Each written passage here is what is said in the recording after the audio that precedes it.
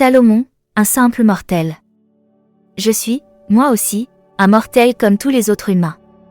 Je suis un descendant du premier être humain façonné avec la poussière du sol. J'ai été engendré par la semence d'un homme, dans le plaisir de l'amour. Dans le ventre maternel, mon corps a pris forme, durant 9 mois le sang de ma mère lui a donné consistance. Quand je suis né, je suis arrivé sur la terre qui nous reçoit tous de la même manière. J'ai aspiré l'air que nous respirons tous, comme les autres nouveau-nés, j'ai poussé mon premier cri en pleurant. On m'a enveloppé avec des langes et l'on s'est occupé de moi avec soin. Aucun roi n'a commencé autrement son existence. Pour tous, il n'y a qu'une seule façon d'entrer dans la vie et qu'une seule façon d'en sortir. L'amour de Salomon pour la sagesse. Voilà pourquoi j'ai prié, et l'intelligence m'a été donnée. J'ai supplié, et l'esprit de la sagesse est venu sur moi. J'ai jugé que la sagesse était plus importante qu'un trône ou que le pouvoir royal. La richesse n'était rien à mes yeux en comparaison d'elle, la pierre la plus précieuse me paraissait sans valeur à côté d'elle.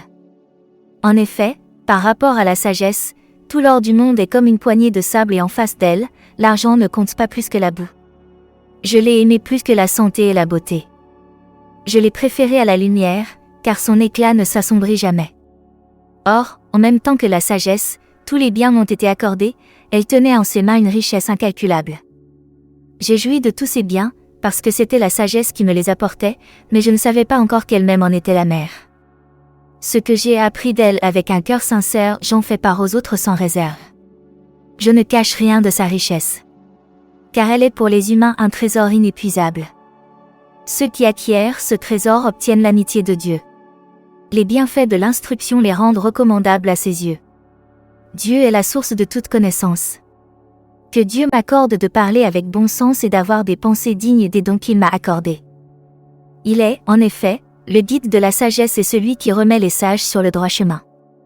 Il nous tient en son pouvoir, nous-mêmes, avec nos paroles, toute notre intelligence et tout notre savoir-faire.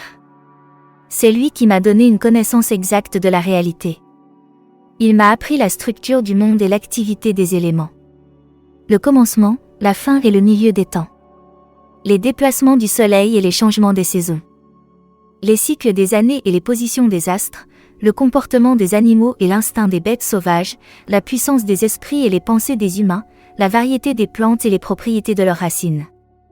Je connais tout ce qui est caché et tout ce qui est visible, car la sagesse, qui a tout organisé, me l'a enseigné. Qu'est-ce que la sagesse ? Il y a dans la sagesse un esprit intelligent et saint.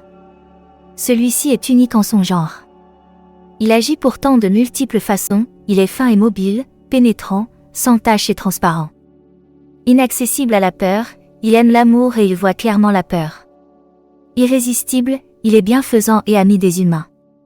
Il est ferme, sûr et tranquille, il peut tout et il surveille tout.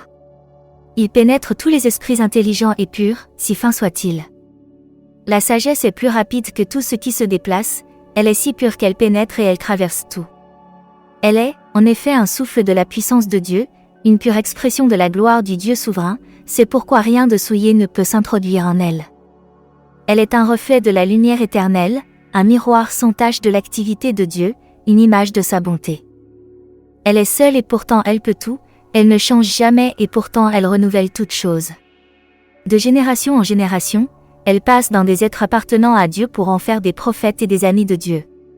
Car Dieu n'aime que ceux qui vivent en communion avec la sagesse. La sagesse dépasse en splendeur le soleil et toutes les étoiles.